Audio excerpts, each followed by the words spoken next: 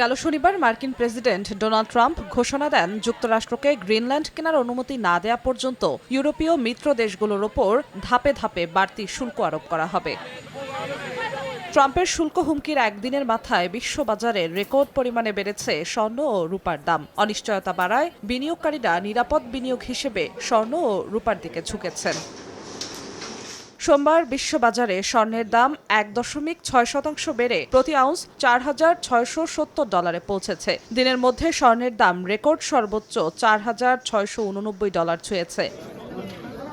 একই সঙ্গে রূপার দাম ৪.৪% বেড়ে প্রতি আউন্স $৯৩.৮৫ হয়েছে। এদিন রূপার দামও ছুঁয়েছে রেকর্ড $৯৪.০৮। আপনাকেই বলছি, ইন্স্যুরেন্স করলে সিটিতে সুরক্ষা পাবেন নিশ্চিত।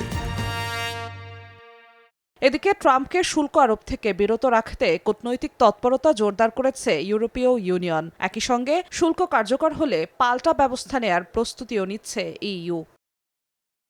জিনা তারা যশোয়া, সময় সংবাদ।